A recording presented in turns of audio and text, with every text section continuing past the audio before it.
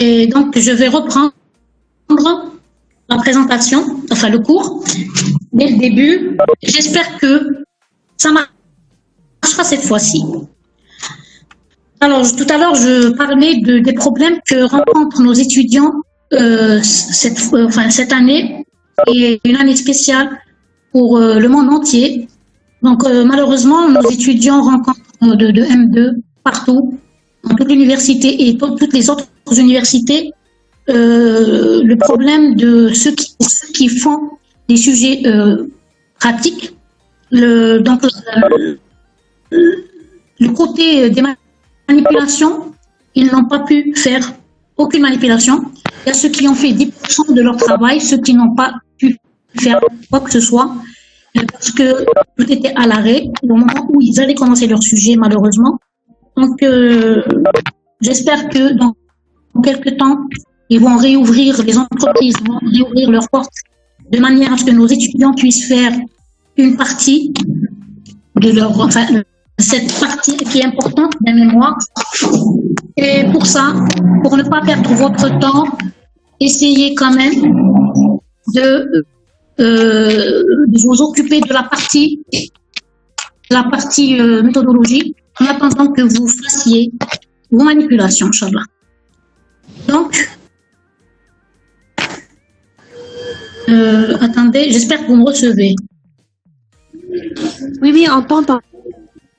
Est-ce que vous m'entendez? Oui, ok.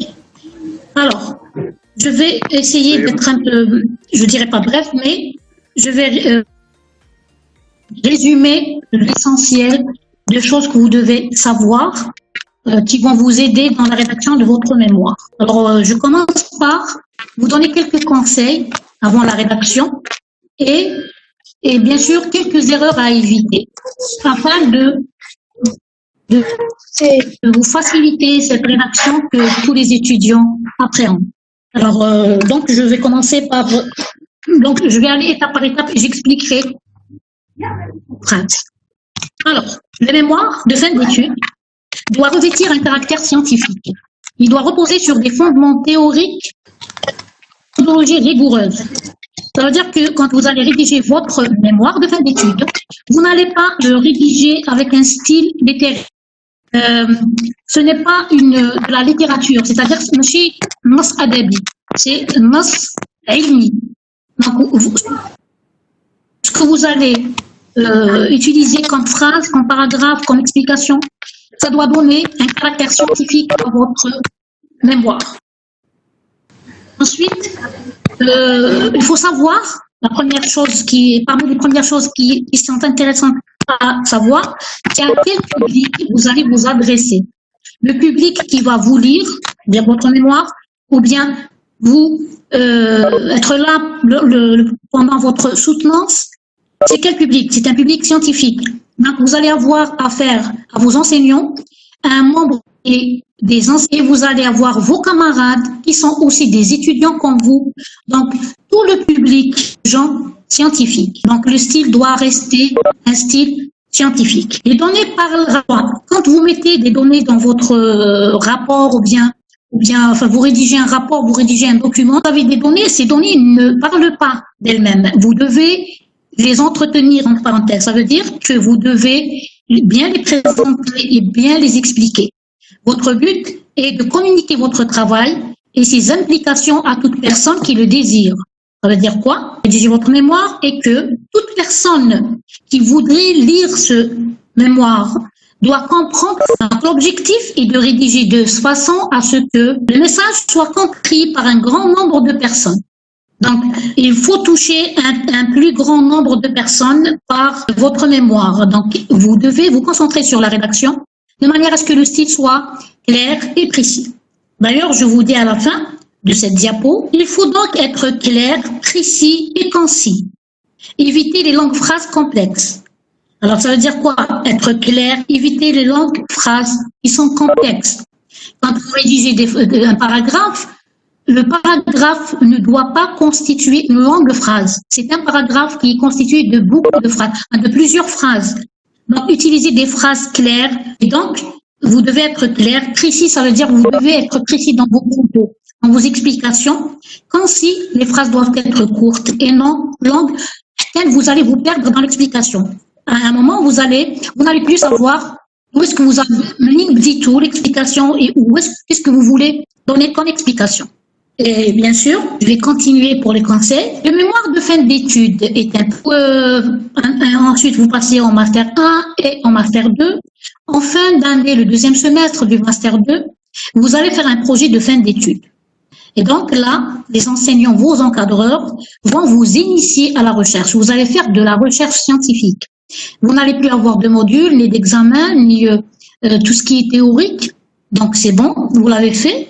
Et vous allez passer aux sujets qui sont des sujets de recherche.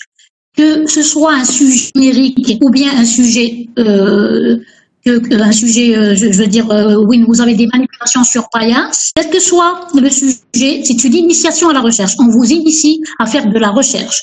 Il y a une partie de ces étudiants qui vont continuer dans la recherche. C'est ceux qui vont faire le doctorat plus tard. Il y a d'autres qui vont verser dans l'industrie, dans le travail, le monde du travail.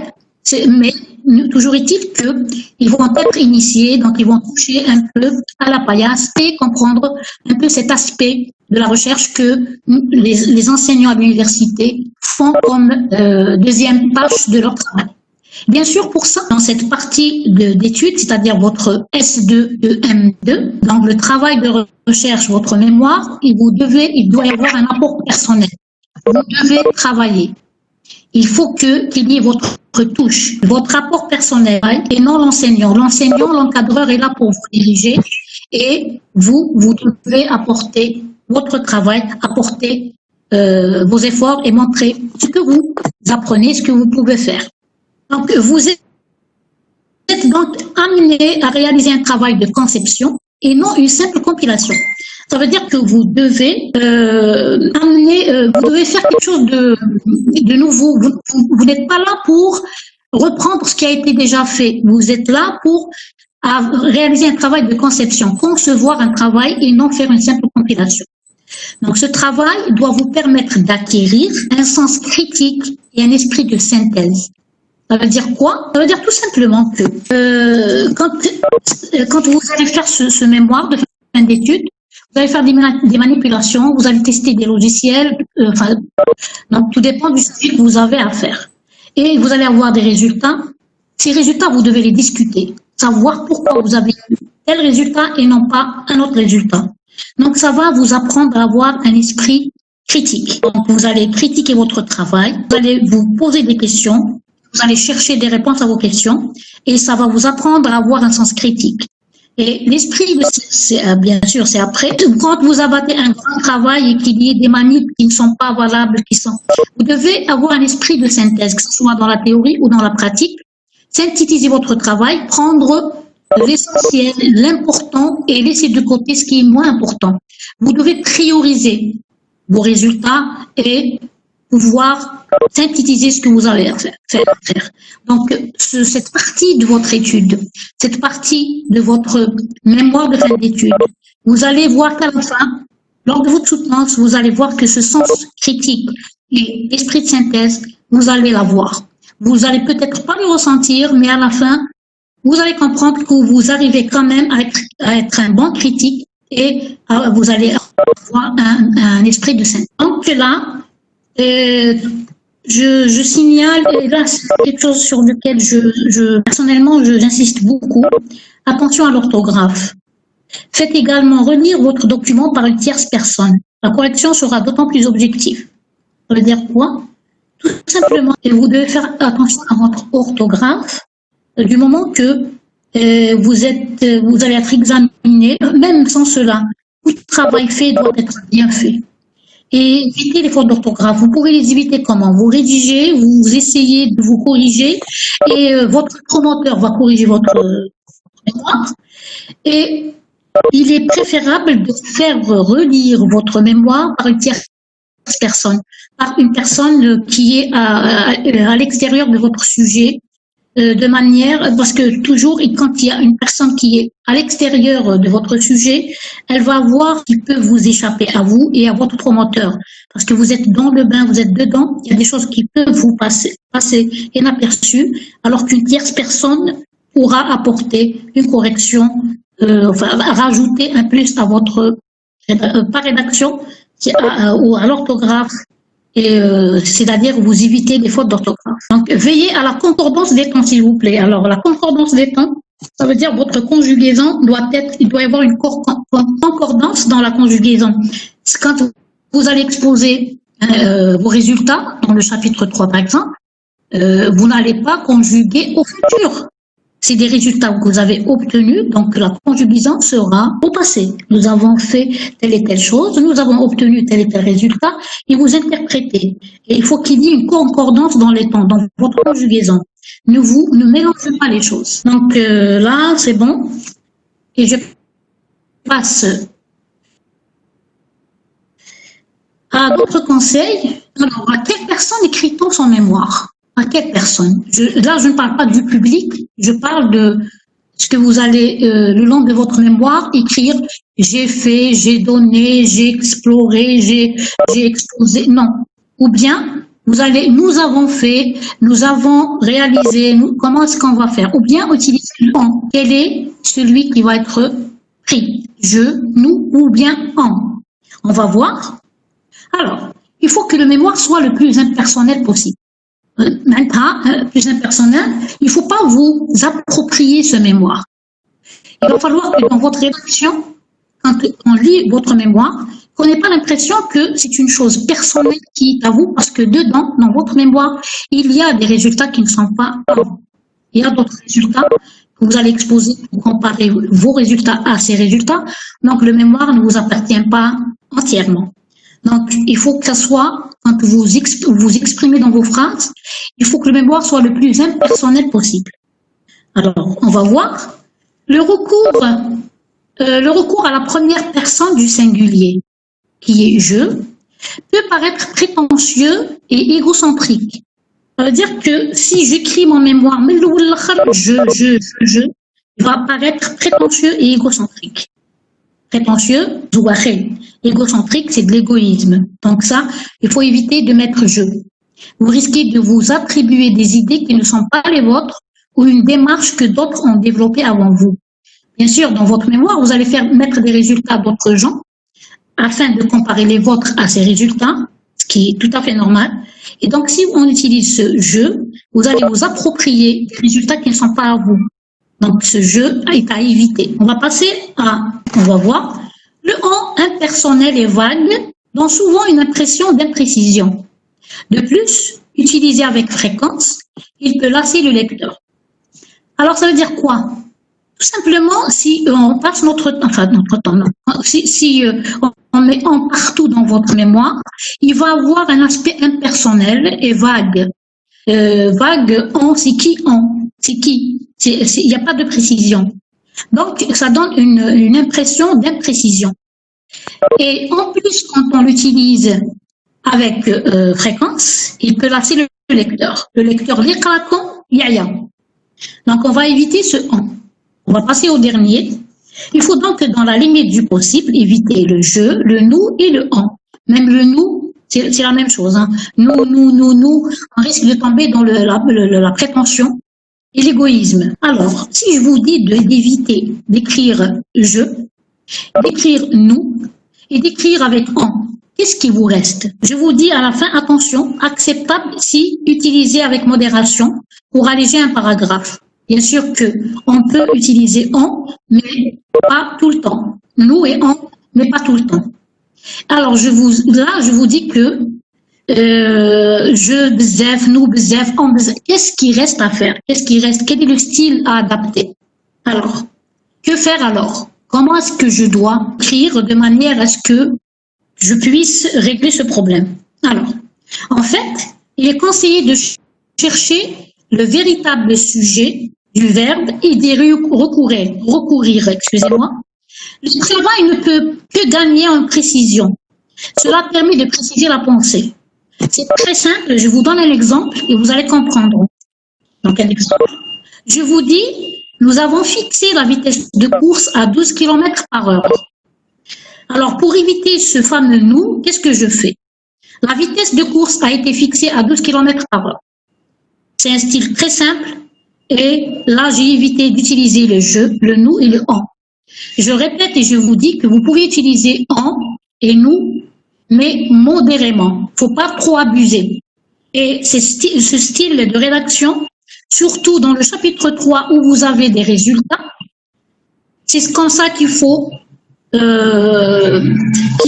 parler, enfin qu'il faut écrire vos résultats, qu'il faut exprimer vos phrases. Alors je reprends l'exemple, nous avons fixé la vitesse de course à 12 km/h, donc je peux tout simplement dire la vitesse de course a été fixée à 12 km/h. D'accord, je ne vais pas trop tarder sur ces conseils parce que là il nous reste encore toutes les parties du mémoire à voir. Et là je vais un peu passer au rôle de l'encadreur.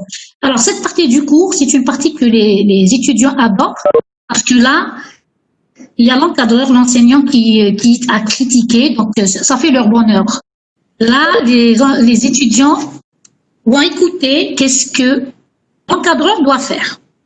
Alors, je vous dirais que le travail du directeur de mémoire, ou de l'encadreur, consiste à vous diriger par la transmission de certains conseils. Alors, j'ai mis diriger et non rédiger. Il va vous diriger pour que vous réalisez votre travail et pour que vous rédigiez votre mémoire. Donc, il va vous diriger et non rédiger à votre place. Alors, comment vous dirigez? Par la transmission de certains conseils. Il va vous orienter dans la rédaction. Alors, fournir de la bibliographie. Donc, il doit vous donner des documents qui vont vous aider dans votre rédaction. Il va vous apprendre la méthodologie. Il va vous montrer comment rédiger votre mémoire. Et, bien sûr, relecture et correction du document. Il doit relire votre document et corriger votre document. Donc, il va vous fournir des documents, vous apprendre la méthodologie, lire votre document et corriger votre document. Et non rédiger le mémoire à votre place. Ensuite, n'oubliez pas que ces remarques ont pour but que de vous aider plutôt que de vous contrarier. Parfois, quand vos enseignants, vos encadreurs vous donnent des conseils, vous orientent, les étudiants deviennent susceptibles et ça les énerve un peu. Bon, parfois à juste cause, parfois ils sont contrariés. Non, un promoteur, un encadreur, quand il vous donne des remarques, c'est pour vous aider et ce n'est jamais pour vous contrarier. Alors, lorsque vous avez rendez-vous avec lui, il faut impérativement préparer l'entretien en élaborant des questions précises à poser. Quand votre encadreur vous donne rendez-vous, vous devez venir avec des questions précises. Donc, vous devez venir à la réunion et poser vos questions afin d'avancer. Vous devez ramener le travail que vous avez fait et bien sûr demander des conseils pour avancer. On ne vient pas à une réunion avec le promoteur sans que vous ayez des questions ou bien sans que vous ayez, pour que vous puissiez avancer. Et je vous conseille, un conseil que je vous donne, quand on vient à une réunion avec son encadreur, vous devez avoir un cahier et un stylo, s'il vous plaît. Quand vous avez une réunion, vous devez prendre note de ces conseils. Ne comptez pas sur votre mémoire. Donc, prenez avec vous un calepin, un petit carnet et un stylo pour prendre note de ce qu'il va vous dire de faire. Alors, prenez l'habitude de communiquer régulièrement avec votre promoteur. Donc, il faut communiquer avec lui pour que vous puissiez avancer dans votre travail en planifiant ensemble les différentes étapes du travail et les entretiens. Cela peut vous éviter de mauvaises surprises. Ça veut dire quoi? Vous pouvez recommencer toute une partie déjà rédigée. Alors, si vous ne prenez pas attache avec votre promoteur, vous avancez tout seul sur une partie. Et donc, le jour où vous allez le voir, c'est-à-dire un mois après ou un mois et demi après, il va être peut-être contre le travail, pas contre. Il va avoir un autre avis sur le travail, il va vous demander de le refaire. Et ça, c'est bête. Donc, il faut prendre attache avec votre promoteur, le voir régulièrement, une fois par semaine, une fois par 10 jours, de manière à avancer sous ses directives et ne pas avoir recommencé les parties que vous avez déjà rédigées. Voilà. Et donc là, l'implémentation.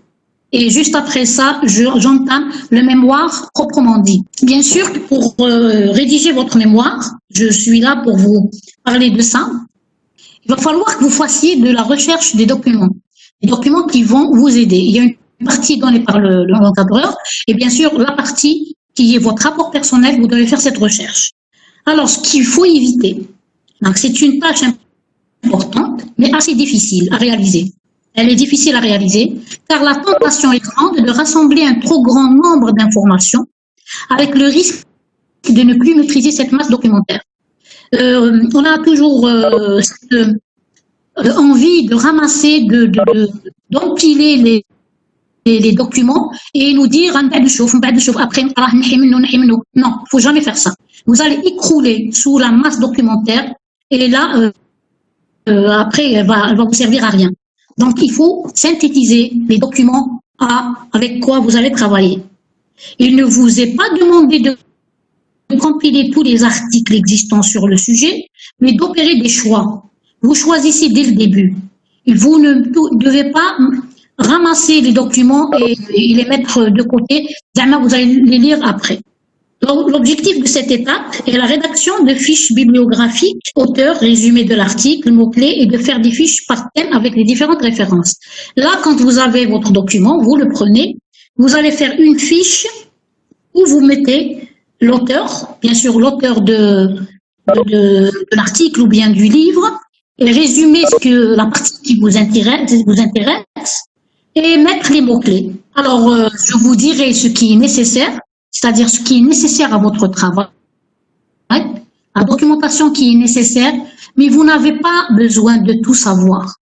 Ne vous mettez pas en tête que vous devez savoir tout à propos de votre sujet. Vous avez 3 à 4 mois entre les mains pour rédiger votre mémoire, faire les manips, les interpréter, les rédiger. Donc, vous devez connaître, bien sûr, avoir des connaissances sur votre sujet, mais on ne vous oblige pas, on ne vous demande pas de tout savoir sur le sujet. N'hésitez pas, bien sûr, à vous faire conseiller, orienter sur vos recherches par le directeur, celui-ci pouvant déjà posséder de nombreux articles et documents utiles, bien sûr. Donc là, c'est toujours revenir à votre promoteur qui va vous conseiller, vous orienter et vers les documents qui seraient intéressants à lire. Voilà, là c'est la partie documentation.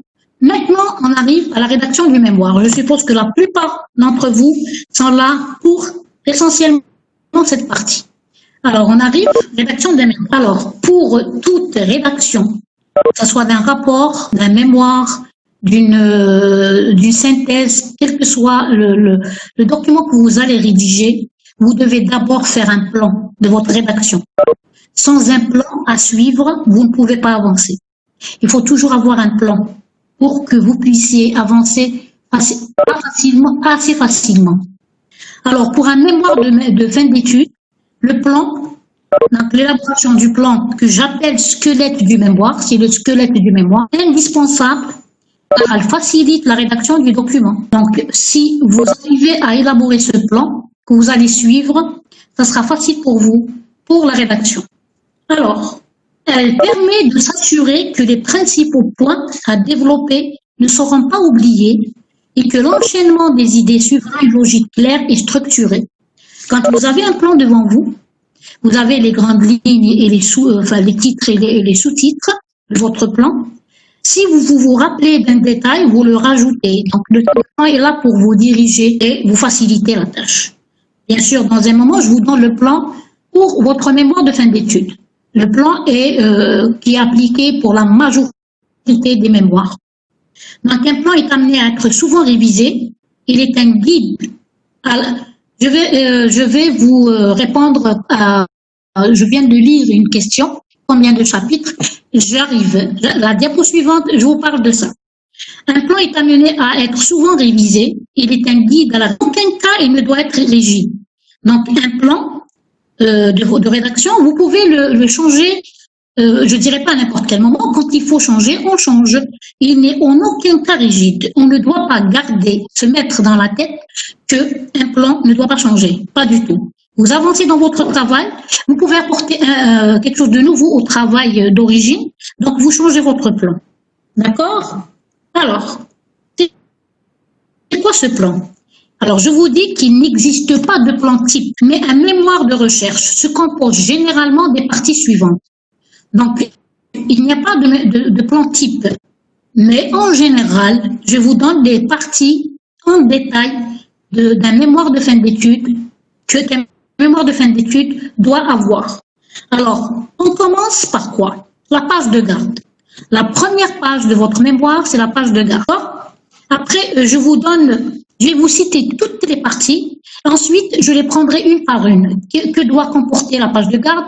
Que doit comporter chaque chapitre et tout. Donc là, je vous donne le détail. Ensuite, je passerai à expliquer ce que doit comporter chaque partie. Donc, on commence par la page de garde, c'est-à-dire la page où il prennent les renseignements des étudiants de l'université et tout ça. Je vous donne des exemples dans un moment. Page de garde. Ensuite, voir les remerciements. Les remerciements. Ensuite, les dédicaces. Alors, dédicaces, c'est dédicaces, c'est facultatif. Je dirais que il y a des gens qui vont les mettre et d'autres, les étudiants, ça, dédicace, c'est votre choix personnel. Vous pouvez les mettre comme vous pouvez ne pas les mettre. C'est votre choix personnel. Ensuite, la liste des abréviations. Vous devez dresser une liste des abréviations. Ça veut dire quoi? Dans votre mémoire, il va y avoir des abréviations. Parfois, vous utilisez des abréviations. Vous devez les mettre dans une liste tout à fait au début pour que le lecteur sache de quoi vous parlez. Donc, il va y avoir une liste d'abréviations, les listes des figures. Donc, vous allez lister toutes les figures qu'il y a dans votre mémoire, les listes des tableaux, les tables, bien sûr, la table de matière ou sommaire. Il y a ce qu'il appelle table de matière, excusez-moi, c'est deux matières, c'est pas des matières, c'est deux matières ou sommaire. Donc, certains l'appellent table de matière, d'autres l'appellent sommaire. Alors, je vous montrerai ce que doit avoir le sommaire. Ensuite, l'introduction générale. Alors, l'introduction générale de votre mémoire, c'est là où vous allez commencer la numérotation de votre mémoire. Ça veut dire que à partir de la première page de l'introduction générale, vous commencez à numéroter votre mémoire. Page 1, introduction générale, page 1. Et jusqu'à la fin du mémoire. Mais tout ce qu'il y a avant l'introduction ne portera pas de pagination.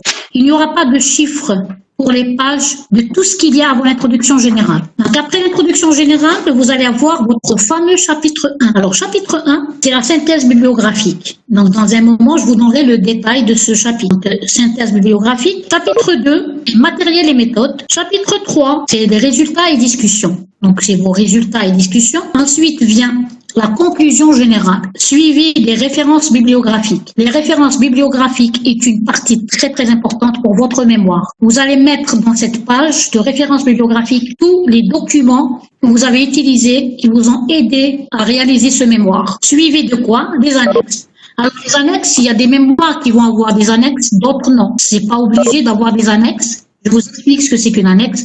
Souvent, vous n'avez pas d'annexe, mais parfois, il y a des documents qui vont encombrer la mémoire au milieu, donc on les enlève, on les met à la fin et on les appelle annexes. Et la dernière page du mémoire, ce sont les résumés et mots-clés. Vous devez faire le résumé de votre mémoire en 3 langues, arabe, français et anglais. Et ça constitue la dernière page de votre mémoire. Et ces résumés, vous allez les mettre à l'extérieur de votre dernière page, même bras et pas à l'intérieur. Donc, vous commencez par une page de garde, vous terminez par la dernière page qui comporte les 3 résumés en arabe, français et anglais. Voilà.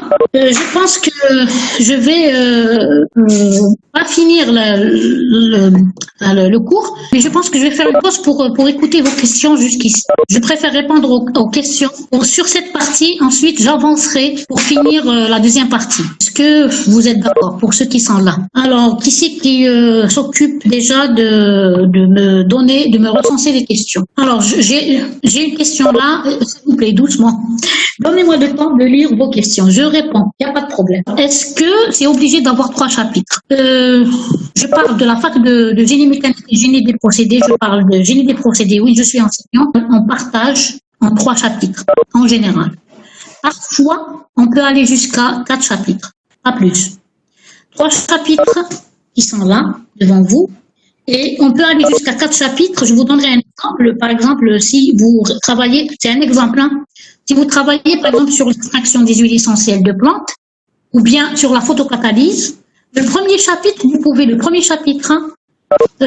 partager en 2. Chapitre synthèse bibliographique. C'est celui-là qu'on peut partager en 2. en deux parties. Donc, c'est un chapitre qu'on peut partager en deux. C'est en gros, c'est un chapitre de, je veux dire 3 chapitres. Mais on peut aller jusqu'à 3 sans problème. Alors, je vais voir d'autres questions. D'accord. Si on n'arrive pas à joindre l'encadreur, s'il vous plaît. Alors, si vous n'arrivez pas à joindre l'encadreur, c'est pas possible de ne pas pouvoir joindre l'encadreur. Vous devez avoir son mail, son adresse mail, ou bien il y a des encadreurs qui donnent leur numéro de téléphone. Si vous n'arrivez pas à le joindre, vous allez vous adresser à l'institution qui l'emploie. Par exemple, si c'est un enseignant, ben vous allez au département. Si vous avez un encadreur de l'extérieur, ça peut, bien sûr, un co-encadreur de l'extérieur, vous allez à l'entreprise dans laquelle il travaille et vous vous présentez là-bas, vous demandez à le voir. Alors, la conjugaison des verbes, qu'est-ce qu'il y a? Je ne parle pas de la conjugaison, c'est concorder le temps des verbes que vous utilisez. D'accord. Si l'encadreur ne corrige pas le travail, ça a plus de 3 mois maintenant. Mademoiselle, vous devez le voir et vous expliquer avec lui gentiment. C'est-à-dire, je ne sais pas, peut-être qu'il a des empêchements. Je ne peux pas. Écoutez, il y a trop de questions à la fois. Salonner une par une. Je suis coincée avec beaucoup d'articles, donc je n'avance pas. Mon rythme est très lent. Ils m'ont dit que je confonds entre synthèse et mémoire de fin d'études. Des solutions, s'il vous plaît. Je vous confondez entre synthèse et mémoire de fin d'études. Vous devez faire une synthèse des articles que vous êtes en train d'écrire. Je vous conseille de faire une fiche de lecture. Là où vous mettez les articles, les titres des articles, les auteurs qui les ont écrits, avec bien sûr la revue, et vous résumez. Prenez l'essentiel de l'article. Résumez vos articles. Ça va vous aider dans ça va consolider votre discussion de vos résultats. Alors, le rythme qui est lent, qu'est-ce que voulez-vous que je vous dise? Si vous êtes lent ou la lente, essayez d'aller un peu plus vite. Pour la vitesse de votre travail, je ne peux pas vous conseiller pour ça. Je sais que c'est assez difficile. Hein. C'est une partie assez difficile. Donc, il faut vraiment avoir du courage. Soyez courageuse ou la courageux pour celui qui me pose cette question, pour la personne qui me pose cette question. Et faites une fiche de synthèse. Faites un tableau où vous mettez une colonne pour le titre des articles, les auteurs des articles, et vous faites un résumé. C'est très important. Alors, madame, il y a des questions en haut. Ah non, écoutez, pour la partie bibliographique, comment rédiger, dans un moment, je vous explique comment faire. Hein. On prend pas, si vous prenez des paragraphes, on va mettre la référence. Donc, Hadia, il ne faut pas anticiper les questions. Je vais avancer dans la présentation et je vous explique cette partie. Alors, si l'encadreur ne corrige pas le travail, il nous a dit pour une journée, comment est-ce qu'on doit répondre pendant plus de 3 Ah, donc là, vous avez un problème avec votre encadreur. Essayez de... Est-ce que ce problème, c'est la période de confinement? Si c'est cette période de confinement, je suis désolée pour vous. Vous ne pouvez même pas aller dans une administration pour demander à le voir. Là, je suis désolée, je ne vois pas de... Alors, la rédaction peut-elle se faire à partir des sites Google ou nous devons juste rédiger à partir des livres? Alors, vous pourrez pas prendre, bien sûr, des sites, sur des sites Internet, vous mettez la référence, mais pour les PF, je parle des M2, vous pouvez utiliser, mais n'exagérez pas. 1, 2, 3 fois, pas plus. Il faut verser vers les livres et les articles. Parce que les sites, parfois, je cite le Wikipédia, parfois, il y a des informations aberrantes. Donc, pas plus de 3 fois. Naya, personnellement, je déconseille à mes étudiants. 1 fois, 2, jusqu'à 3 fois, c'est bon. Donc, c'est la période de confinement, il ne répond pas. Donc, je ne vois pas. Alors, madame, on nous a dit Google Scholar seulement. Non. Il y a des sites Google Scholar parce qu'il expose les articles. On va faire entre différentes recherches, matériels et méthodes, comment faire genre. Oui, je vais avancer. Là, je vais prendre tout ce que je viens de vous énumérer. Donc, les étapes, le mémoire, je vais les détailler. Et vous allez comprendre qu'est-ce que vous devez mettre dans chaque partie. Oui. Alors, je vous ai demandé de me poser des questions par rapport à la partie, mais je suis un avocat. Vous êtes en train de me poser des questions par rapport à la partie qu'on n'a pas encore vue. Alors, est-ce que je vous conseille un encadreur externe ou interne? Là, maintenant, ça dépend du thème. Donc, si vous choisissez un thème avec un encadreur externe, vous propose un thème qui vous va, Ben, vous partez avec un encadreur externe. Si un encadreur interne vous propose un thème qui vous intéresse, vous allez avec un encadreur interne. Utiliser la référence étrangère. Qu'est-ce que vous appelez référence étrangère? Le résumé, vous ne pouvez pas le mettre avant l'introduction générale, non. Oui, l'encadreur. Généralement, les thèmes sont proposés par les encadreurs. Pourquoi? Parce qu'ils ont dans leur laboratoire un thème de recherche, donc c'est des parties de ce thème qu'on propose à nos étudiants pour bien sûr avancer dans la recherche des sujets du laboratoire. Donc en général, c'est l'encadreur qui choisit. Mais s'il y a un étudiant, un génie, on est tombé sur des étudiants qui nous ont proposé de détourner un peu le sujet et ils ont eu de très bonnes idées et on les a suivis dans leurs idées. Donc ça peut se faire. Alors, le nombre de pages. Le nombre de pages pour le mémoire, je parle de GP, 60, pas plus de 60. Vous n'allez pas à partir au-delà de 60. Donc, la numérotation de la première page d'introduction, première page de l'introduction, jusqu'à la dernière page de la conclusion. Donc, elles vont être numérotées. Le pas de numéro. Alors, la problématique, vous la posez dans l'introduction générale. C'est au niveau de l'introduction générale qu'on pose la problématique du sujet. Y a-t-il des points en plus si on rédige non, mademoiselle, vous rédigez latex, vous ne rédigez pas de latex parce que l'administration nous impose, je dirais un style, pas un style, un format bien précis pour la rédaction, pour que ça soit uniforme avec tous les étudiants. Et pour biologie, oui, biologie, franchement, les biologistes, je ne connais pas, je ne sais pas comment.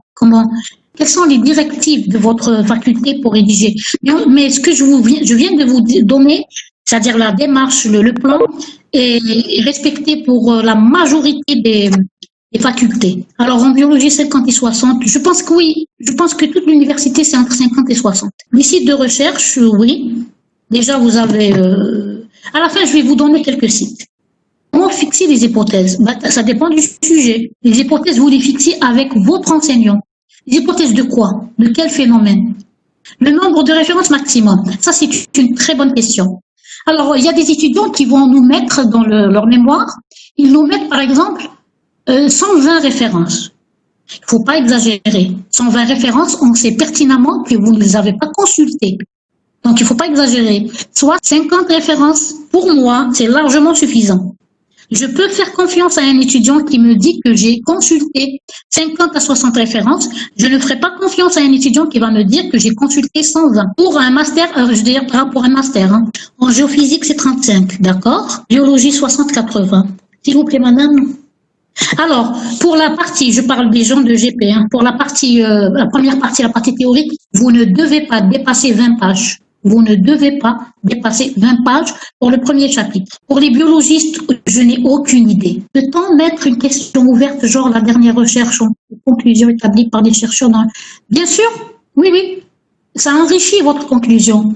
Dans la conclusion, moi je préfère que vous la mettiez dans le chapitre 3, là où vous discutez vos résultats.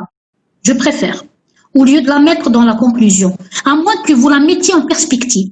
Et les perspectives, après la conclusion, c'est vos propres idées. Ce que vous proposez pour la suite. Est-ce qu'on écrit l'information trouvée dans un article? Je vais reprendre le cours et je répondrai à beaucoup de questions qui sont posées. La suite du cours va répondre aux questions. Dans quel chapitre on met notre problématique? La problématique ne se met pas dans un chapitre, elle se met dans l'introduction générale. C'est au niveau de l'introduction générale que vous posez votre problématique. Et généralement, vous la posez dans la première partie de votre introduction. Donc, je vais reprendre le cours et vous allez comprendre, vous allez avoir les réponses à vos questions, si vous permettez. La partie bibliographique, la première, c'est-à-dire le chapitre 1, vous ne devez pas dépasser 20 pages. Je reprends le cours, s'il vous plaît, et vous allez trouver beaucoup de questions. Sinon, je reprendrai avec vous après. Hein. Donc, je vais reprendre le cours. Et je répondrai à vos questions. Je viens de parler de cette diapo. Et là, vous avez les différentes parties de votre mémoire. J'ai pris de A à Z ce que vous devez mettre dans le mémoire. En gros, c'est ce qu'il y a dans le mémoire. C'est valable pour pratiquement toutes les facultés de Wabzoa. Je parle de l'université de Wabzoa. Maintenant, les autres facultés, franchement, je n'ai aucune idée de comment ils rédigent leur mémoire. Mais ce qui est sûr, c'est que la plupart des parties sont dans ce plan. Maintenant, avant de passer au détail de chaque partie, Pour le chapitre 1, vous pouvez le partager en deux. Donc, vous pouvez aller jusqu'à 4 chapitres, pas plus. Alors, je vais commencer par la page de garde. Chaque partie, je l'expliquerai. Ça répondra à beaucoup de questions de vos questions. Je commence par la page de garde. D'accord. Alors, la page de garde, qu'est-ce qu'elle doit contenir? Et je vous donne des exemples de pages de garde. Alors, en tête de votre page de garde, vous devez avoir l'institution avec le sigle. Si c'est une école, vous mettez le sigle de l'école et vous écrivez dans quelle institution. Et si c'est l'université, c'est la même chose. Vous mettez le sigle avec l'entête. Et après, il y a le titre de l'étude. Le titre de votre étude, de votre mémoire, clair, précis, court, mais explicite. Il doit être assez court, explicite, c'est-à-dire que quand je le lis, je vais comprendre le sujet que vous allez aborder. Le titre, de quoi vous allez me parler dans votre mémoire. Et donc, vous devez être clair, précis, et bien sûr, le titre assez court. Nom et prénom de l'étudiant ou des étudiants. Ça dépend si vous travaillez en monome ou en binôme. Donc, il va y avoir le nom et prénom de l'étudiant ou des étudiants. Le nom du promoteur, son grade et son affiliation. Donc, le nom du promoteur, bien sûr, si vous avez un copromoteur, vous le rajoutez. Et vous mettez leur grade et leur affiliation. Vous pouvez avoir un promoteur de l'USTHB et un copromoteur de l'ENP, ou bien un copromoteur de l'UDES, ou bien un copromoteur d'une autre institution. Donc, vous mettez son grade et son affiliation. Les noms et initiales des prénoms des membres du jury, ainsi que leur grade et leur adresse. Donc, mettez le nom et prénom des membres du jury. Et bien sûr, en qualité de quoi il est dans le jury, il est président ou l'examinateur, ou la promoteur, et bien sûr toujours leurs adresses, c'est-à-dire l'affiliation. Ne vous inquiétez pas, je vais vous donner tout de suite un exemple de page de garde. Là, il y aura tout ce que je suis en train de raconter. Bien sûr, l'année de la promotion. Je pense que cette année, on va l'appeler année Covid, et pas 2020. Donc là, sur la page de garde, voici toutes les informations qu'il doit y avoir sur une page de garde. Je vous donne un exemple de page de garde. Voici, j'ai pris un exemple de mes étudiants de l'année passée. Donc, l'institution, bien sûr, toujours ministère de l'enseignement supérieur et de la recherche scientifique, Université des sciences et de la technologie le sigle de l'université. Vous mettez votre faculté, la filière, l'option et le titre du mémoire. En vue de l'obtention, donc je vous ai donné un exemple, c'est des étudiants de pharmaceutique.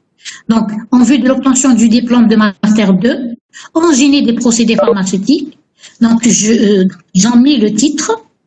Ensuite, à gauche, derrière le titre, il y a le nom de l'encadreur, donc proposé et encadré par Dr Sahraoui.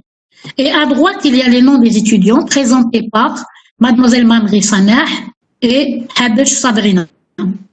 Le dernier en bas, vous avez votre jury. Devant le jury, donc il y a le président, vous mettez le nom, prénom, son grade académique, c'est-à-dire maître de conférence, un professeur, l'affiliation USTHB ou la UNP, peu importe, et bien sûr sa qualité dans le jury. Et dans le jury, en qualité de quoi? Président, examinateur, promoteur. Voici, la vitrine, c'est la première page de votre mémoire. Elle doit avoir l'institution forte et tous ces renseignements que je viens de citer précédemment. Et bien sûr, je vous ai ramené une autre. Voilà, j'ai ramené une deuxième, parce que tout simplement, sur cette deuxième page de garde, il y a 2 sigles en haut.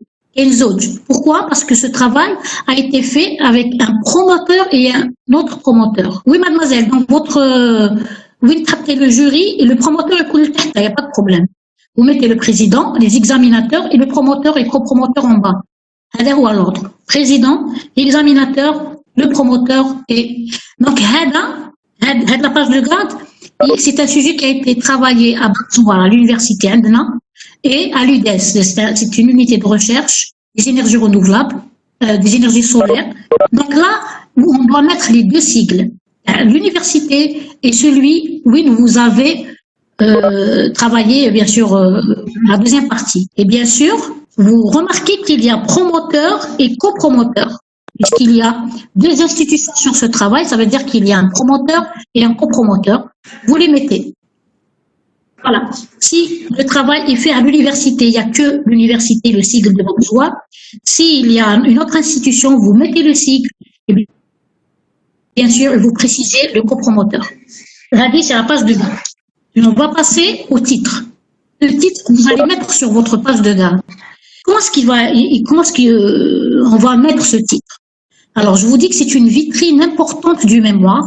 Il doit être aussi court que possible. Et renseigner avant tout sur la problématique. Quand je lis votre titre, je comprends votre problématique, ce que vous voulez faire. Sa lecture, non, je n'ai pas dit l'adresse du jury, j'ai dit l'affiliation. C'est une adresse affiliation USTHB. C'est une affiliation qu'on pourrait, on va pas mettre un rue des je ne sais pas quoi, Blues Dead ou là, non. C'est l'affiliation USTHB, l'université. D'accord? D'accord.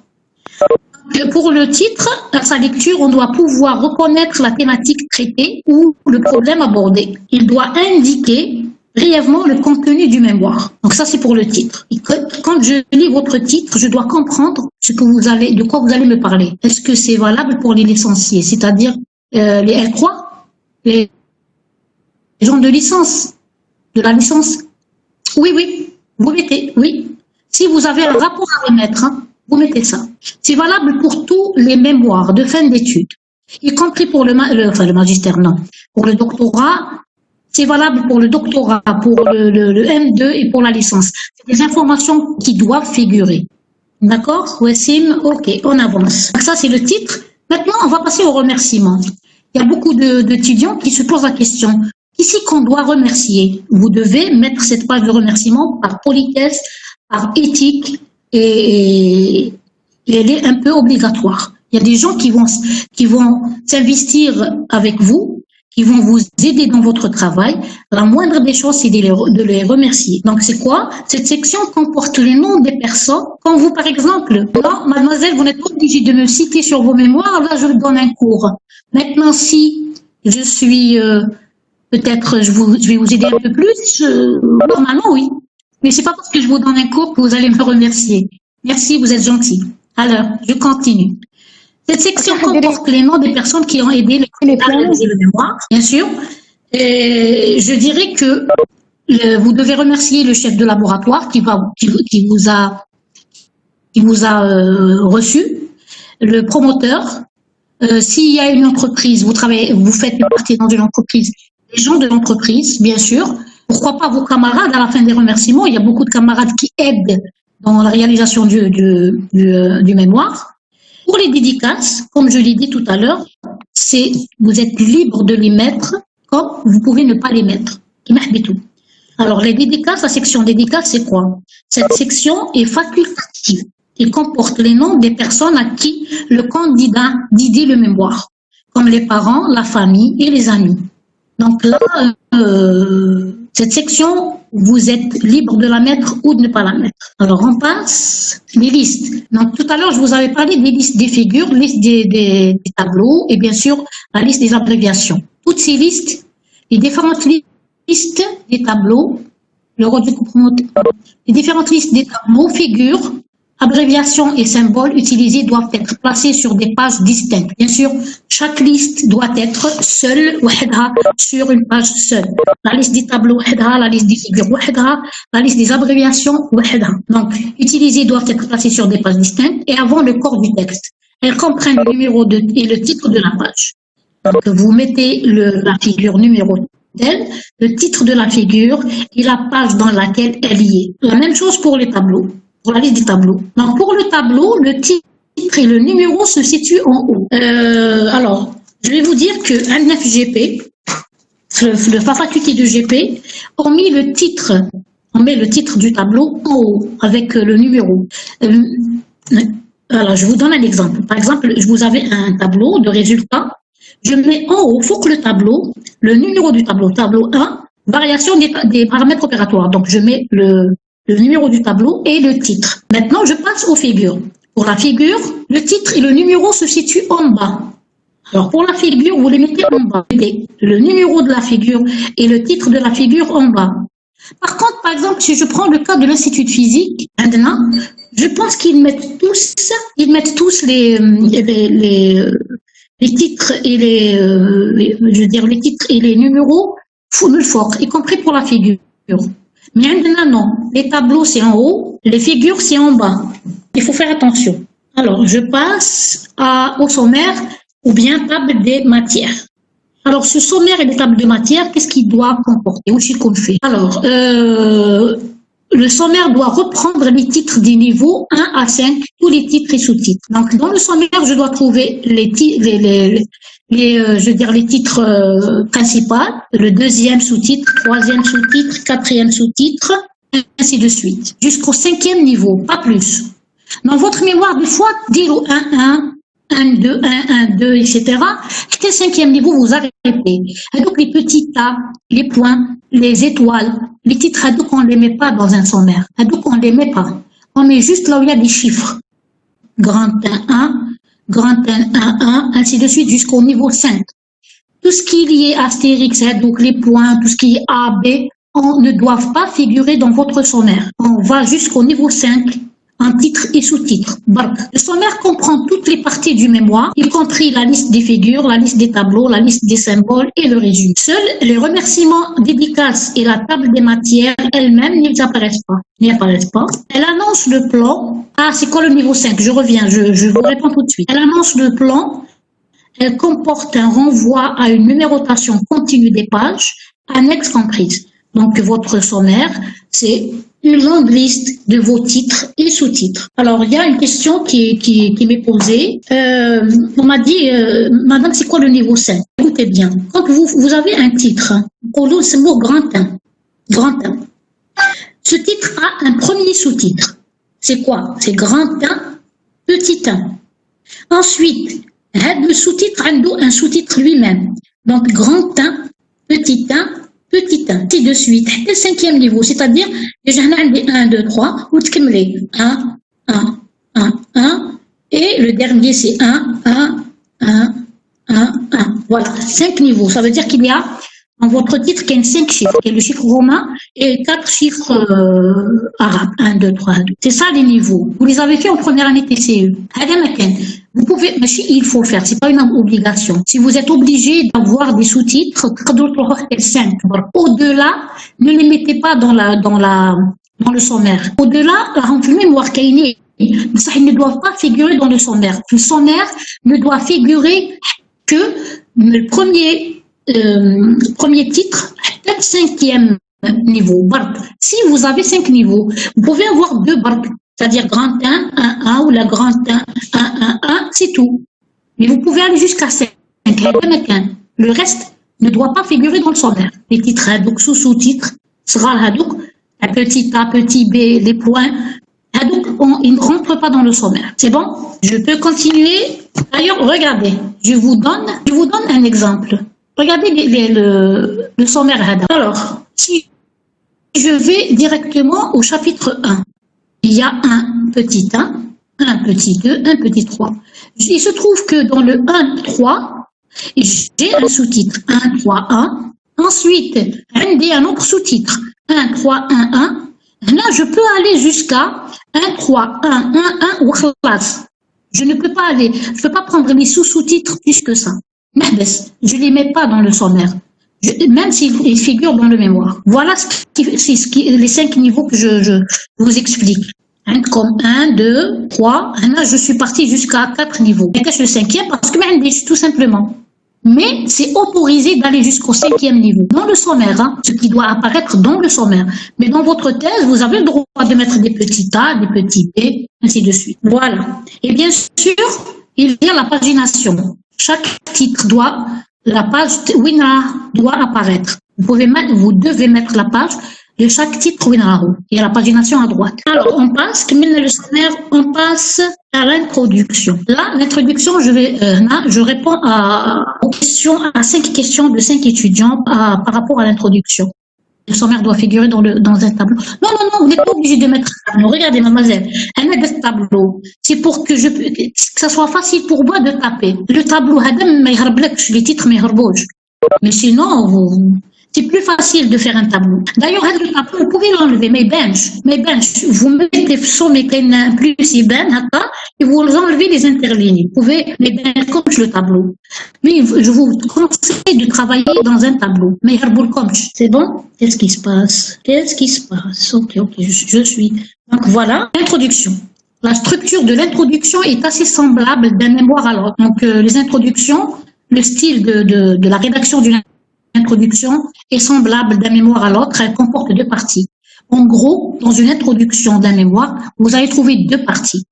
Alors la première partie, qu'est-ce qu'elle doit comprendre? La première partie correspond au fond du mémoire. Elle amène de manière générale la thématique étudiée. Puis, on resserre cette thématique générale autour d'un problème social ou scientifique particulier en présentant les préoccupations et les motivations de la recherche par rapport à ce problème. Finalement, on souligne l'intérêt d'étudier ce problème. On décrit clairement la contribution du travail de recherche. Donc, la première partie de l'introduction, c'est là où vous posez votre problématique. Il n'y a pas de partage, madame. Bien sûr, vous n'allez pas direct partir à la problématique. Vous allez commencer à parler du sujet en général. Excuse-moi, madame, il n'y a pas de partage. La discussion jusqu'à arriver à votre point, à votre madame, sujet. S'il vous plaît, il n'y a pas de partage. Donc là, vous resserrez autour de votre problématique jusqu'à arriver à votre sujet. Et là, vous allez aborder le sujet et poser votre problématique. Ensuite, vous avez la seconde partie de l'introduction. Alors, elle va parler de quoi? Elle porte sur la forme du mémoire. C'est la forme du mémoire. Il n'y a pas de partage. En bref, elle présente la structure du texte, nombre de chapitres et description de chaque chapitre. Alors, elle est très courte comme... il n'y a pas de partage. Parce que la première partie, c'est là où vous allez vous étaler un peu. Et en général, vous pouvez aller jusqu'à 2 pages d'introduction générale. 2 pages. C'est pas la peine d'aller vers 3 pages, c'est beaucoup. Oui. Ou il y a eu un problème. Madame, il n'y a pas de partage. J'arrive, je vais le faire. Oh, dommage, j'ai pas trop parlé pour rien. Je vais le repartager. D'accord. Donc je reprends. J'ai eu un petit souci de partage, donc je reprends là. Je reprends à partir de l'introduction. Donc je vous ai dit que l'introduction est répartie en 2 grandes parties, enfin en 2 parties. La première, c'est là où vous allez parler en général de votre thème. Ensuite, vous allez resserrer votre discussion à propos du thème jusqu'à arriver au thème qui vous intéresse. Et là, vous posez votre problématique.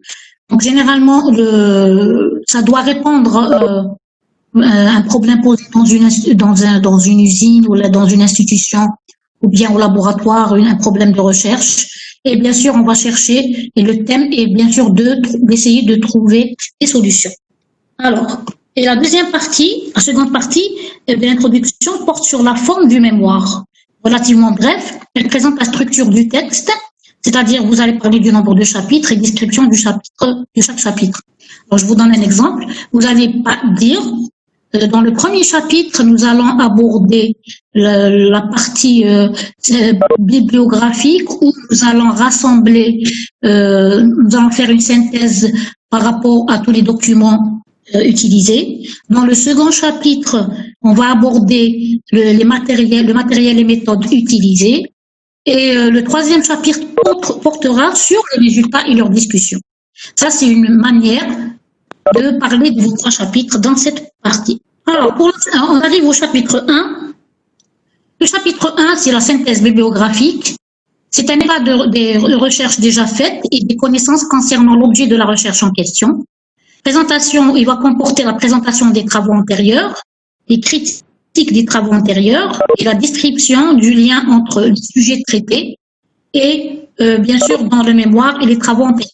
Donc, ce chapitre va aborder tout ce qui est synthèse bibliographique, tout ce qui est articles, livres ou documents que vous avez lus. Et il peut avoir pas de partage toujours. C'est quoi ça? Donc, je reprends pour ceux qui ont perdu le partage. J'ai un petit souci de partage. Je comprends pas ce qui se passe. Essentiel. Donc là, le premier chapitre va regrouper. Vous allez regrouper dans votre premier chapitre qui est la synthèse bibliographique.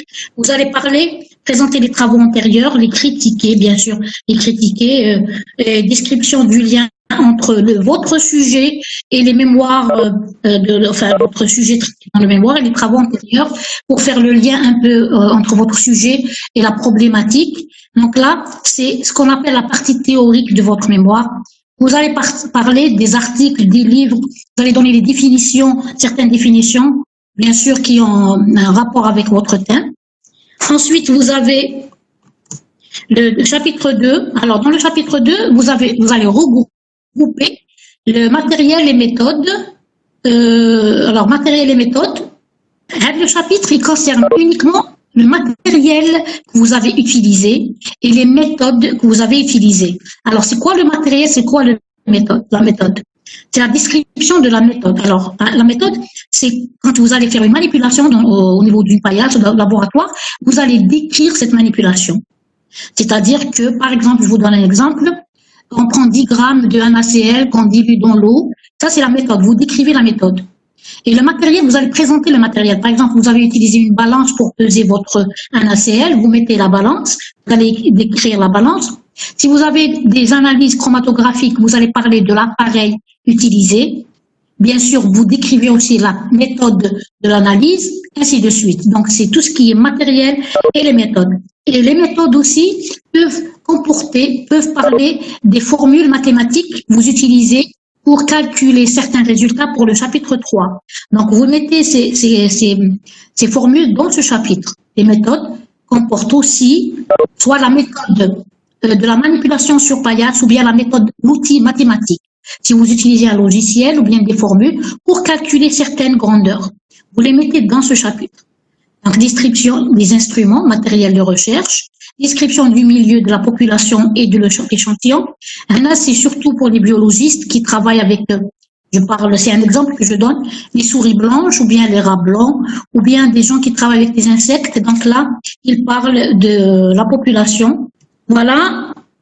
Description du déroulement de la collecte des données. Bien sûr, parfois, vous pouvez, comme les étudiants qui travaillent sur le traitement des eaux, ceux qui font de l'environnement, quand vous allez collecter, par exemple, vous analysez de l'eau d'un barrage, donc vous allez faire une collecte de vos échantillons.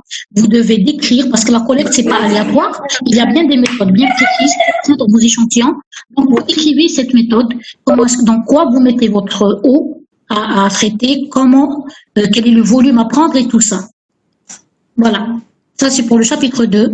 Et le chapitre 3, bien sûr, va comporter la présentation des résultats, l'interprétation des résultats, et bien sûr, la question de leur généralisation et leurs limites, la comparaison de vos résultats avec ceux de la littérature afin de les valoriser et d'enrichir la discussion.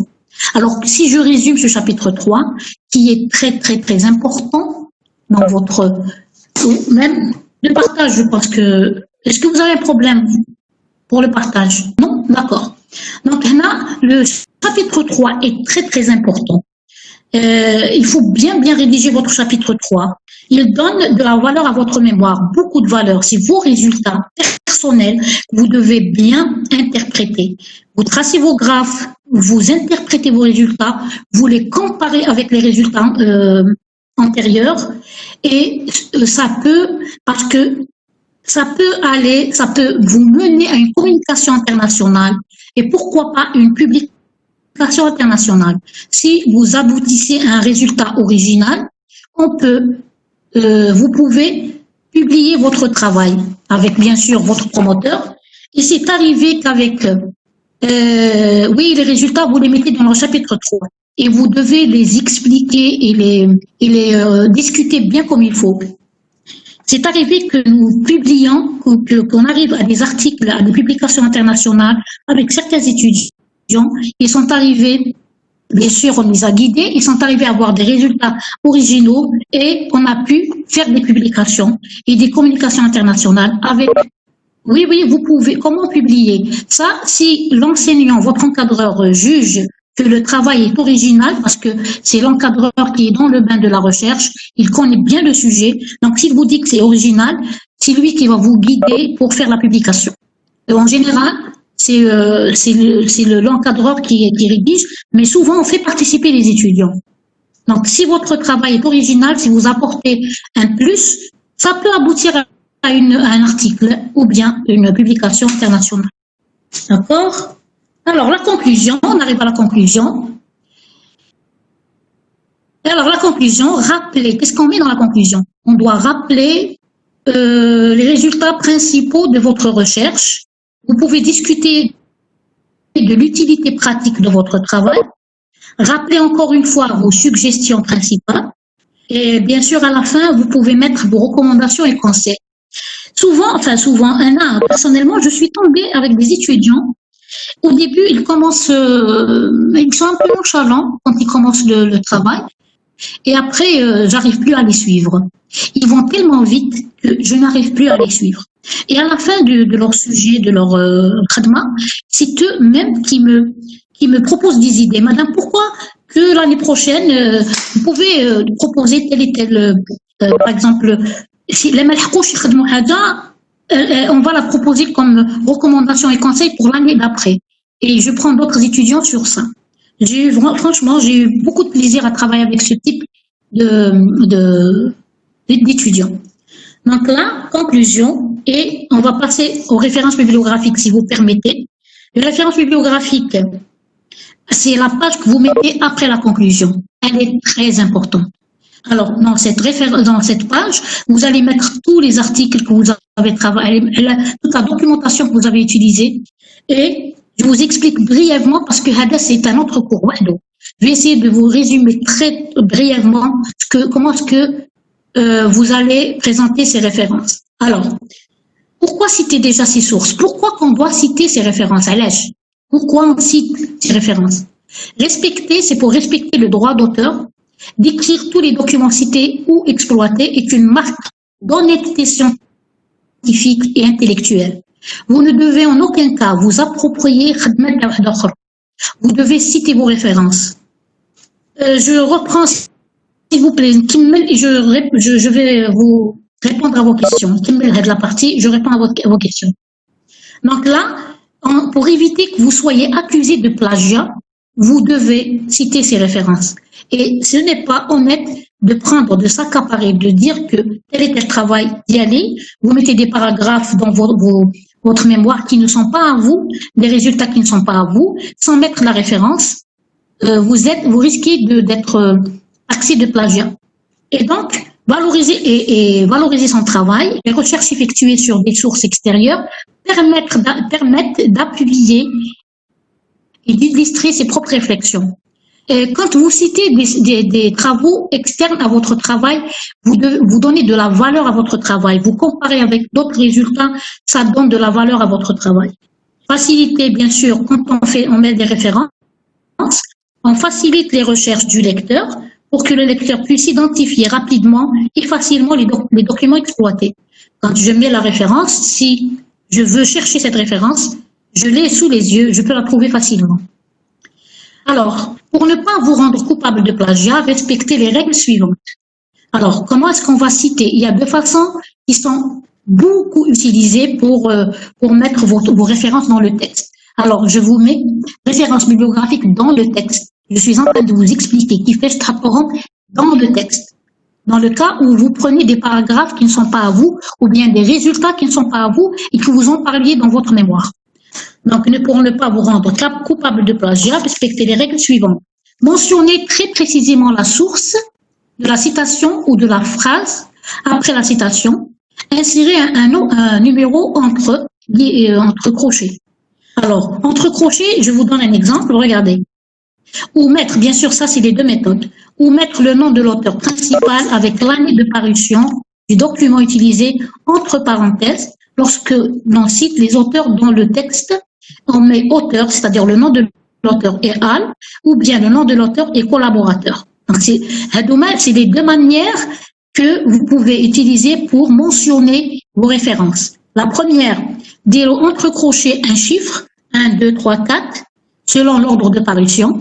Et la deuxième, vous mettez les noms des auteurs avec et al. Al, ça veut dire collaborateur, et col, ça veut dire collaborateur. Alors, je vous explique, je sais que vous êtes nouveau à la couche d'aide. Je vous donne des exemples de comment appliquer ça.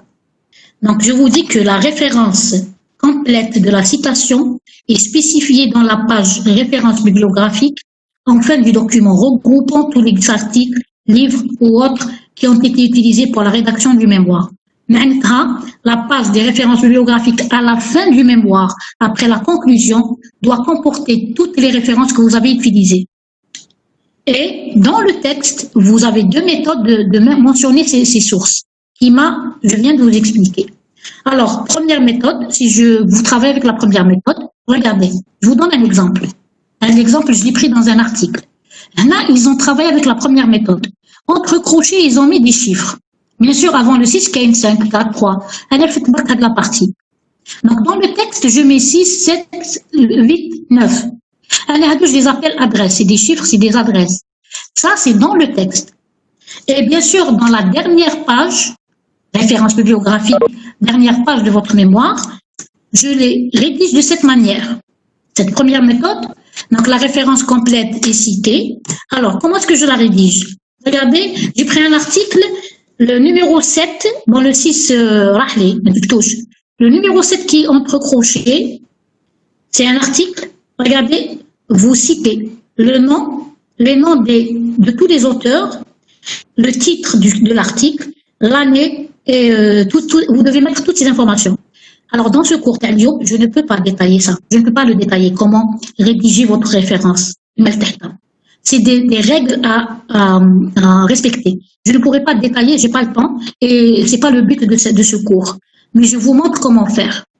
Alors, donc le numéro 7, il est là, le 8, le 9. Donc, le texte, vous mettez les chiffres entre crochets. À la dernière page, vous détaillez ce chiffre. Ce chiffre correspond à quoi? À quelle référence? À quel article ou à quel livre? Vous le mettez à la fin de la dernière page. C'est la première méthode. Maintenant, la deuxième méthode. La deuxième méthode, vous mettez les noms. C'est pas des crochets, c'est pas des chiffres. C'est carrément le nom du premier, de l'auteur principal et les collaborateurs. Et là, voici comment le rédiger. En bas. Ce n'est plus des chiffres. C'est juste par ordre alphabétique. Et vous mettez les renseignements qu'il faut. Donc, il y a deux façons. Avec la partie, je suis désolée, je ne peux pas la détailler. Je vais juste en parler comme ça, brièvement. Mais je crois que c'est une partie importante que vous devez faire. Sinon, la râle, je ne sais pas. J'espère qu'il y aura une autre personne qui va vous la faire. Ou là, peut-être que je la ferai une autre fois. Parce que je ne peux pas rentrer dans le détail. Vous avez deux méthodes. Soit chiffres, soit non. Les chiffres, vous les détaillez après. Les noms qui maintenant, vous les détaillez à la fin. Et vous devez citer les références.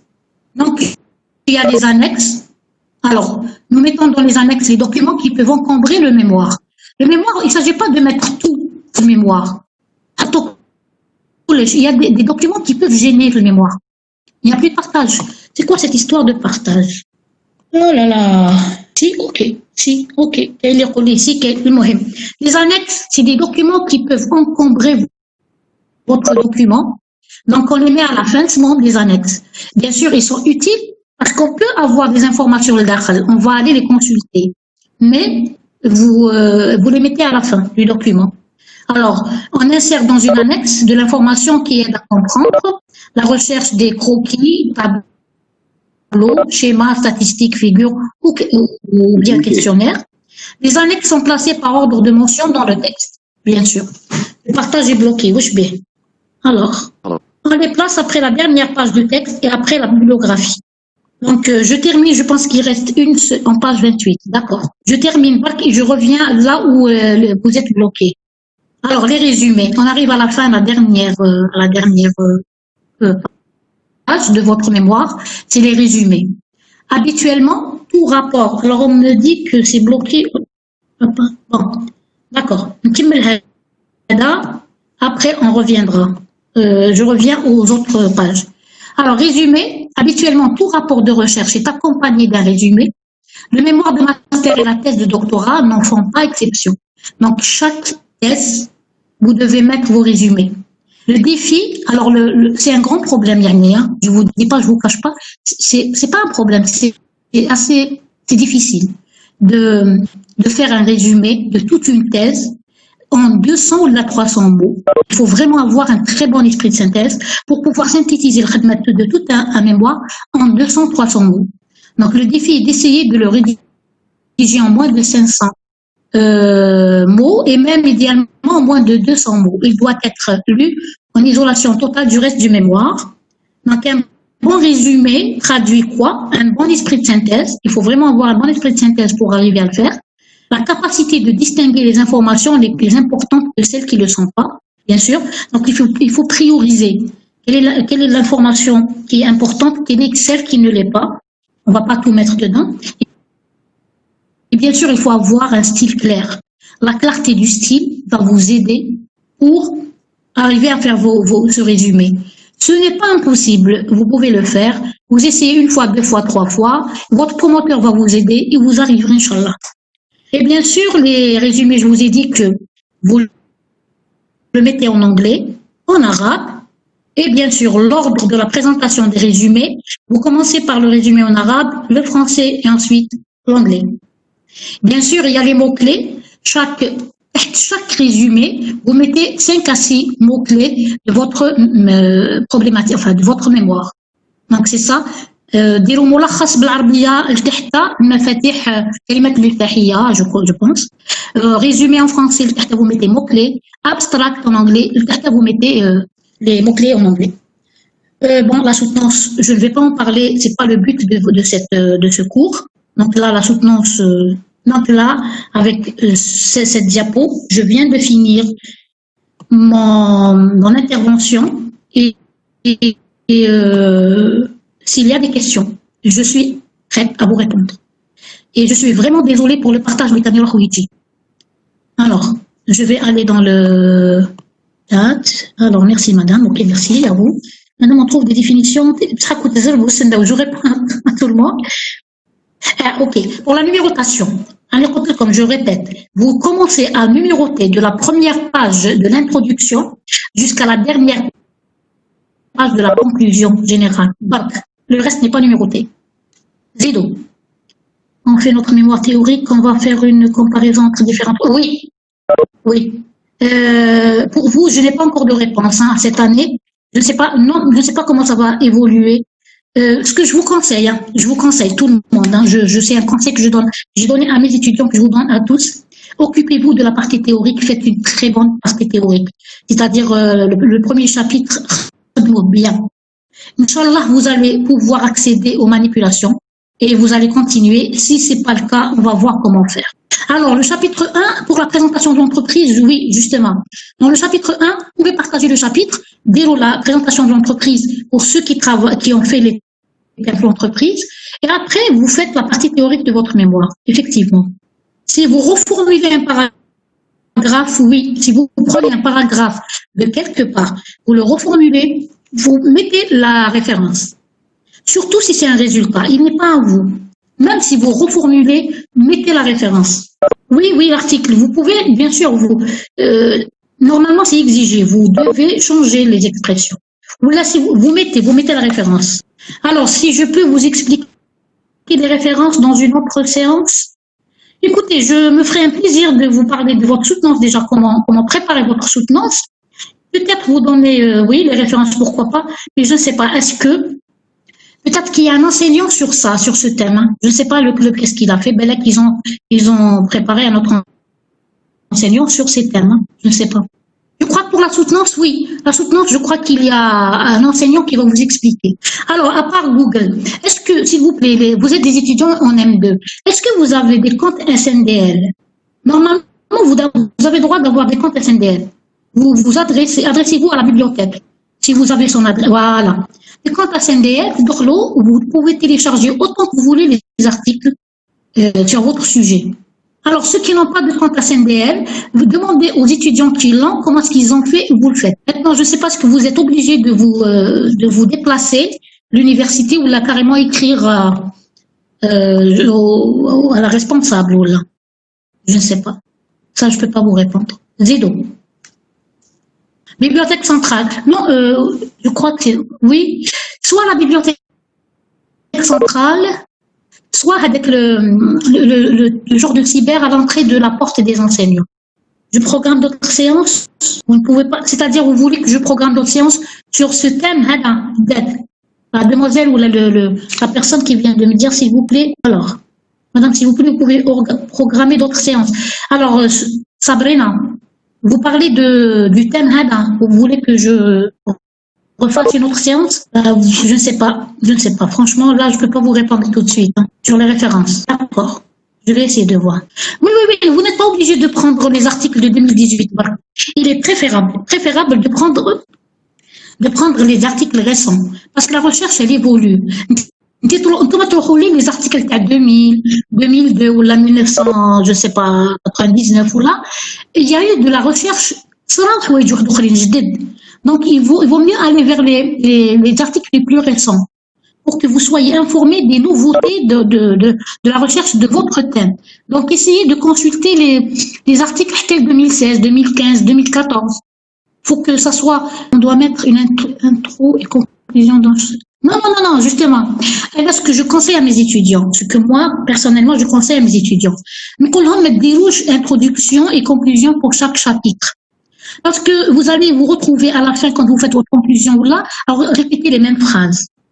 Donc, ne mettez pas notre bouche introduction. Bien sûr que vous allez commencer avec un petit paragraphe, votre chapitre. Bien sûr, mettez bouche introduction. Parce que vous mettez introduction, vous serez obligé de faire une conclusion du chapitre. Donc, mettez le paragraphe, mettez bouche à l'introduction. Comme ça, vous ne serez pas obligé de mettre une conclusion. Sauf si vous concluez sur les résultats comme vous là. Alors, les informations à partir des mémoires, écoutez, vous pouvez consulter les mémoires comme les enseignants. Il n'y a pas de problème. Mais vous ne les citez pas en tant que référence. Parce que vous allez soutenir un mémoire de fin d'études M2, mais la référence M2 n'est pas une référence pour vous. Vous pouvez consulter, lire, vous inspirer, mais vous ne les citez pas. Donc, en tant que M2, vous citez magistère, doctorat, et les articles et les livres. Introduction du chapitre 2. Comment est-ce qu'on va parler? Vous pouvez dire, dans ce chapitre, nous allons exposer les différentes méthodes de calcul et matériels utilisés. C'est très largement suffisant. Vous dites de quoi vous allez parler. Vous n'allez pas mettre dans un chapitre et que vous allez parachuter un titre. Non. Mettez une petite phrase, un petit paragraphe, vous trouvez la référence d'un article, ça vous renvoie dans un article d'origine, citez l'origine, l'article d'origine. Non, mademoiselle, vous mettez, quand vous prenez une référence, je viens de l'expliquer pour les références bibliographiques, comme deux méthodes. Dans le texte, vous devez mettre entre crochets, je viens d'expliquer les deux méthodes. Dans le texte, vous mentionnez et à la fin, vous détaillez la référence. Alors, pour la taille, police, interligne et tout, en GP, on demande aux étudiants de rédiger avec la police 12, taille menu romain et l'interligne 1, en général. Mais cette fois, il faut attendre que les chefs de département nous le disent et donc on va vous le dire. Mais il y a une façon de rédiger à respecter. Alors, la rédaction de l'introduction générale, vous pouvez faire un croquis, un brouillon au début, bien sûr qu'il va être amélioré à la fin. C'est tout à fait normal. Vous pouvez commencer à la faire, mais à la fin, bien sûr qu'on va la retravailler. Biologie, l'interligne 1,5. Nous, chez nous, c'est 1. Normalement, c'est 1. Alors, je vous ai dit SNDL, vous pouvez aller Google Scholar, il vous donne des articles. Je pense que c'est suffisant pour vous. Hein. C'est ça, Sciences Directes, vous trouvez SNDL, Sciences Directes, SNDL, vous pouvez accéder à ça. Alors, même en biologie, c'est 1. Madame, le résumé, c'est après la conclusion. Les 3 résumés, c'est à la dernière page de votre mémoire, après la conclusion. Comment peut-on critiquer un travail antérieur si notre thème est original? Alors, il faut qu'on s'entende sur le mot critiquer. Vous allez peut-être dire, allez, on va citer un exemple. Madame Sahraoui et collaborateurs, en 2016, ont trouvé tel et tel résultat. Donc, vous citez le résultat. Nos résultats, alors si vous avez fait un résultat, vous avez vérifié que donc vous avez abouti à la même conclusion que Madame Sahraoui en 2014, vous allez dire nos résultats concordent avec ceux trouvés par Madame Sarawi en 2014-2015. Si vous trouvez un autre résultat, vous dites nos résultats, Madame Sarawi a trouvé tel et nous avons trouvé tel. Voilà. Et vous essayez d'expliquer trop l'eau. Cela est peut-être dû, par exemple, à la porosité du lit. Cela est peut-être dû à une puissance que moi, j'ai pas utilisée. C'est comme ça c'est ce qu'on appelle la critique scientifique. C'est quand on compare les résultats. Alors, la forme et tout ça, c'est l'administration qui va nous le dire. J'ai déjà répondu à la question. S'il vous plaît, évitez. C'est un document scientifique. C'est comme les couleurs. Alors, si vous voulez donner les figures pour qu'on voit mieux vos graphes en couleur, mais les tableaux, non, c'est pas la peine. Évitez les couleurs. C'est un document scientifique. Il est rédigé en noir sur blanc. Les seules couleurs que vous pouvez mettre, c'est quand vous avez des photos de microscope ad hoc, ou bien vous avez des tableaux, je veux dire des graphes, où vous êtes obligé de montrer l'importance des résultats, mais sinon c'est du noir sur blanc. Les titres, bien sûr, en gras. Alors, il ne faut pas souligner les titres. Il ne faut pas souligner. Ne mettez pas 2 points dans un titre. Et 2 points ad hoc. On ne met pas 2 points. C'est le titre ou classe. Vous ne soulignez pas et vous ne mettez pas les 2 points. Vous pouvez utiliser les sites comme référence. J'ai déjà répondu. Mais pas plus de 3 fois. C'est bon. Pas plus. J'espère que vous entendez mes réponses. D'accord. À quoi? C'est moi qui vous remercie. Oui, pour le site, pas plus de 3 fois. Sinon, un nouveau thème. Écoutez, on ne peut pas avoir totalement un nouveau thème. Hein. C'est un thème fait une partie qui peut être nouvelle. Vous pouvez avoir ce thème. C'est pas totalement le thème qui est nouveau. Les nouveaux thèmes, on les propose aux doctorants. Donc, c'est une partie d'un thème qu'on vous donne. Allez, je crois que j'ai essayé de... D'accord, c'est moi qui vous remercie. Allez, merci. Madame, on vous remercie vraiment d'avoir accepté notre invitation. J'espère que tout le monde y note. Amin. Allez, au revoir. Oui. Bonne nuit et Inch'Allah, si je peux faire une autre intervention, pourquoi?